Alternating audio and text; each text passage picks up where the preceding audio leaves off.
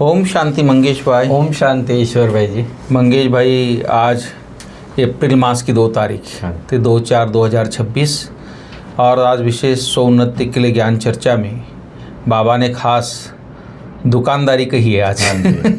बाप की यह वंडरफुल दुकान है जिस पर सब वैरायटी सामान मिलता है, उस दुकान के तुम मालिक हो। तो ये थोड़ा बताइए बाबा, क्या दुकान की बात कर रहे हैं, कौन सा वैरायटी सामान है? बाबा कहता है ये शिव बाबा की जो है वंडरफुल हट्टी जो है, ये शायद सिंधी का वर्ड वगैरह हो सकता है, तो दुकान को कहा जाता है जी। और सच में वंडरफुल दुकान है जी जी, क्योंकि ये दुकान सारे क्लब में एक ही बार खुलती है। इसका बाबा ही मालिक है और हम भी इसके बाबा ने हमको भी निमित्त बनाया, हम भी मालिक बने। तो बाबा कहते हैं और इसमें वैरायटी सामान, आजकल वो मॉल निकले हैं ना, एक ही मॉल में सारा सामान। तो क्या वैरायटी तो बाबा के पास जो सामान है ये बड़ा वैरायटी सामान है। सुख, शांति, आनंद, पवित्रता, प्रेम, गुण, ज्ञान, शक्ति, जो दुनिया में कहीं नहीं मिलती। दुनिया में ये कहीं नहीं मिलेगा और मिलेगा भी तो अलग काल के लिए मिलेगा। उसके लिए बहुत पैसा खर्च करना पड़ता है और वो भी अलग काल के लिए। यहाँ तो हाँ, वैसे आप दुकान में जाओगे तो आप पैसा दोगे, वो माल देगा। यहाँ बाबा की दुकान में आपको पैसा नहीं देना पड़ता। यहाँ खोटे सिक्के, जो दादियाँ कहती है कि 5 खोटे सिक्के दे दो और समय देना है, हाँ, लगन से समय देना है। तो वो सारा माल बाबा कहते हैं मैं आया ही हूँ देने के लिए। हाँ, तो इस प्रकार बहुत अच्छा मंगेश भाई। लेकिन इस वंडरफुल दुकानदार की कौन सी कोई भी कॉपी नहीं कर सकता है, कॉपी कोई नहीं कर सकता है इसको, और क्यों, वो थोड़ा बताइए। इसका कॉपीराइट किसी के पास है बाबा ने कर रखा है अपना, तो हो ही नहीं सकता है, हो ही नहीं सकती है इसकी कॉपी, क्योंकि यह स्वयं सर्व खजानों का भंडार है। शिव बाबा जो है बिल्कुल वो मालिक स्वयं सर्व खजानों का भंडार है। ज्ञान का, सुख का, शांति का, पवित्रता का, सर्व चीजों का सागर है, जिसको जो चाहिए वो मिल सकता है। दुनिया में भी हम अल्टीमेट सामान किस लिए खरीदते हैं? सुख और शांति के लिए, उसके लिए कर। तो बाबा कहते ये तो तुमको उस सागर से ही मिल रहा है, अथाह मिल रहा है। जिसको जो चाहिए, जितना चाहिए ले सकता है।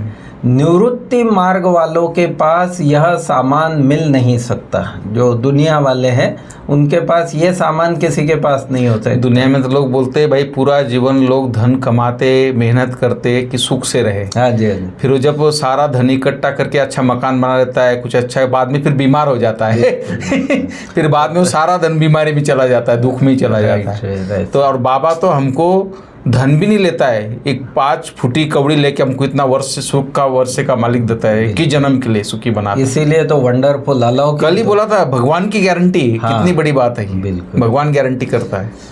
फिर गीत भी है उसे अनुसार कि तुम्हें पाके हमने जहान पा लिया। जब दुकान से माल खरीद लिया तो ग्राहक यही गीत गाएगा जमीन तो क्या आसमान भी पा लिया। तुम्हें पाके हमने जहां पा लिया है, जमी तो जमी आसमान भी पा लिया है। बिल्कुल, बहुत अच्छा। तो यह बेहद का बाप है। इनके पास भी वैरायटी सामान है। क्या क्या है? बाबा ज्ञान का सागर, सुख का सागर, शांति का सागर। उनके पास यह वंडरफुल अलौकिक सामान है, पवित्रता का सागर। ऐसा सामान है ये कोई चोरी नहीं कर सकता। हाँ, ये कभी खराब नहीं हो सकता है और बांटने से बढ़ता भी है। हाँ, बांटने से बढ़ता है ये भी है, ये अलौकिक वंडरफुल ये है। ये सब चीजें जो है ना जी, कि उनके पास ये वंडरफुल अलौकिक सामान है। गाया भी जाता है सुख करता। हाँ, परमात्मा के लिए हमने आज तक गाया कि दुख हरता सुख करता। तो सुख का सागर वो, उसके दुकान में सुख का सामान, इसलिए उनकी महिमा में गाते हैं पतित पावन लिबरेटर जी। फिर उसकी महिमा में ही गाते हैं त्वमेव माताश्च पिता त्वमेव बंधु सखा। माना सर्व संबंधों का भी सुख देता है, सर्व लौकिक अलौकिक हर प्रकार का सुख वो देता है। पतित पावन भी है तो लिबरेटर भी है जी। ज्ञान का सागर भी है तो आनंद का सागर भी है। ये उसकी महिमा है।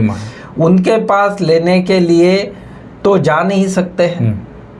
वैसे तो दुकान पे लेने के लिए जाना होता है, लेकिन बाबा कहते उसके पास, वो जहाँ रहता है वहाँ तो आत्माएं पहुँच ही नहीं सकती, इसलिए देने खुद आता है। इसलिए बाप कहते हैं मुझे आना पड़ता है, खुद आता है। कलब के संगम पर मैं आकर तुमको सब चीजें दे रहा हूँ। और ब्रह्मा कुमारी ईश्वरीय विश्वविद्यालय लिख के उसने सब जगह अपनी दुकानें खोल दी। अब आकर आप लो इसे। हाँ, ये दुकान ही आश्रम माना दुकान ही। हाँ जी, बिल्कुल सही, अलौकिक दुकान।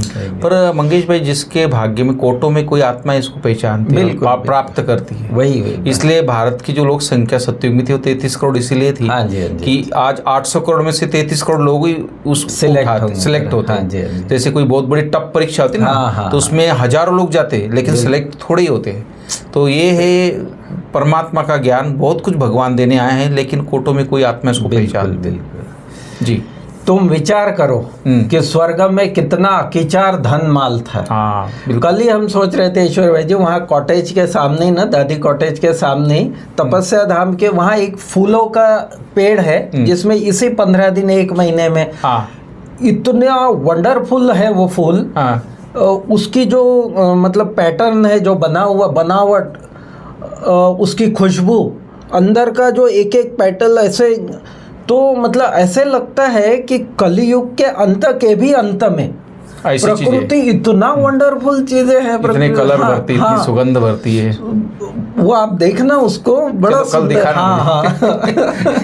तो ऐसा लगता है कि स्वर्ग में जब प्रकृति संपूर्ण सतो प्रधान होगी तो कितना सुख होगा। भाई साहब, भारत में आज से 1100 साल पहले दिलवाड़ा मंदिर बनाया था। हाँ जी, जी। तो उसमें बताते हैं कि वो जो मार्बल लाया गया था मकराना से, और वो जो मार्बल में जो कारागिर थे, वो जो खुदाई काम करते थे, वो मूर्तियां जो खोद के जो बुरादा गिरता था, उतना सोना शाम को उनको मिलता था। सोचो आप, इतना सोना भारत में, इतना सोना 1100 साल पहले भी। तो माना ये भारत इतना धनी था हमारा, बिल्कुल इतना सुखी थे लोग, सोचिए आप। तो सब फिर कहाँ गया बाबा कहते हैं, तो ये धर्म भ्रष्ट कर्म भ्रष्ट हो गए, इसलिए सब धनमाल गुम हो जाता है, फिर नीचे गिर पड़ते हो। हे बच्चे, मुझे याद करो तो तुम्हारे ऊपर जो कट है वह निकल जाए। कटी है। बच्चे कहते हैं बाबा हम भूल जाते हैं। बच्चों की तो यही कंप्लेंट रहते हैं हमें। तो बाबा कहते हैं, बाबा देखो कितना सुंदर जवाब दे रहा है। बच्चे कहते हैं बाबा हम भूल जाते हैं। बाबा कहते हैं अरे ये क्या, कन्या की सगाई होती है तो अपने पति को भूलती है क्या? नहीं भूलती। बेटा कभी अपने बाप को भूलता है क्या? फिर तुम कैसे कहते हो कि शिव बाबा हम तो आपको भूल जाते हैं, जो इतना सुख देने वाला है। तो बाबा कहते हैं वर्षा बच्चों को ही लेना है तो जरूर याद करना पड़े। बाप समझाते हैं मीठे मीठे सिकिलते बच्चे, याद की यात्रा में रहेंगे तो विकर्म विनाश होंगे और कोई उपाय नहीं, कोई अदर अल्टरनेटिव नहीं है इसमें। भूलने का एक कारण है तवा गरम है आजकल। जैसे तवा गरम पे पानी डालते सर से खत्म हो जाता है, वैसे बाबा इतना ज्ञान दे रहा है लेकिन वो उड़ जा रहा है बिल्कुल। क्योंकि विकारों से इतना है, जब तक भगवान को गहराई से समझेंगे नहीं, ज्ञान को मदद नहीं मिलेगी भगवान की, बहुत जरूरी है। तो बाबा कहते हैं याद के अलावा और कोई उपाय नहीं है, फाइनल। तो पहले तुम सबको बाप की महिमा बैठ सुनाओ। क्या महिमा सुनाओ? कि बाबा ज्ञान का सागर है, शांति का सागर है, निराकार पतित पावन सुख का सागर है। ये सारी महिमा बाबा कहते हैं जो भी आए उनको बाप का परिचय दो। सुख शांति पवित्रता सब चीजों का व्यापारी एक ही शिव बाबा है। उनसे कोई आकर व्यापार करे, उनको कहा ही जाता है सौदागर।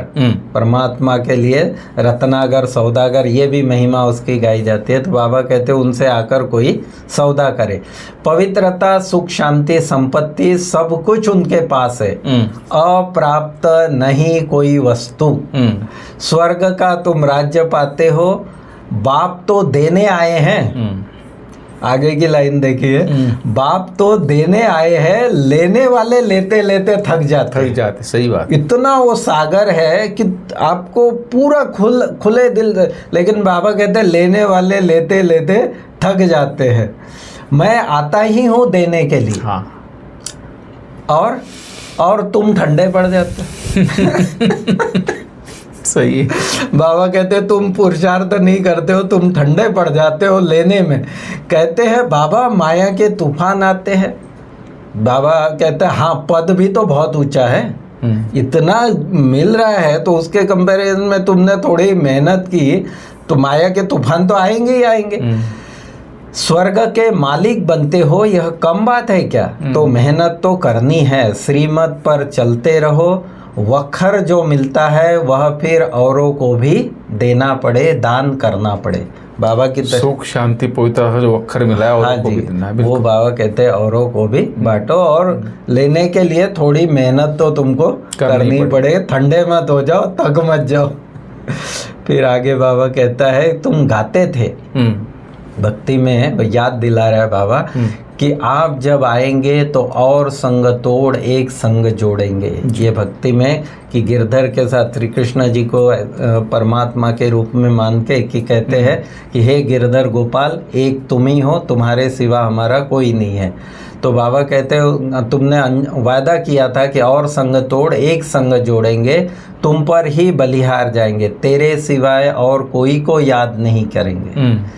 प्रतिज्ञा की है फिर भूल क्यों जाते हो, कहते भी है हत कार्डे दिल यार्डे। बाबा कहते हैं मतलब गृहस्थ में रहो, कर्म करो, लेकिन बुद्धि, कर्म योगी हो तुम तो बुद्धि का योग बाबा के साथ लगा कर रखो। बच्चों को धारण करना है और धारण कराना भी है, जितना धारण करते हैं उतना वर्षा लेते हैं, दिन प्रतिदिन बहुत तरावटी माल मिलता है। जैसे आज तरावटी माल, आपका शब्द आया आज तरावटी माल।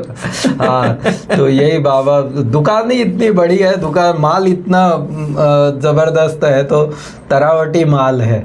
लक्ष्मी नारायण देखो कितने मीठे हैं, उन जैसा मीठा बनना चाहिए। बिल्कुल। और फिर आज बाबा ने याद प्यार के बाद भी एक लाइन यूज किया है। बाबा कहते हैं और कोई भी सत्संगम में ऐसे कहते हैं क्या, जैसे बाबा जो रोज कहता है कि मीठे मीठे सिखिला दे बच्चों प्रति, बाबा कहते हैं और कोई भी सत्संगम में ऐसे कहते हैं क्या? कभी नहीं सुना।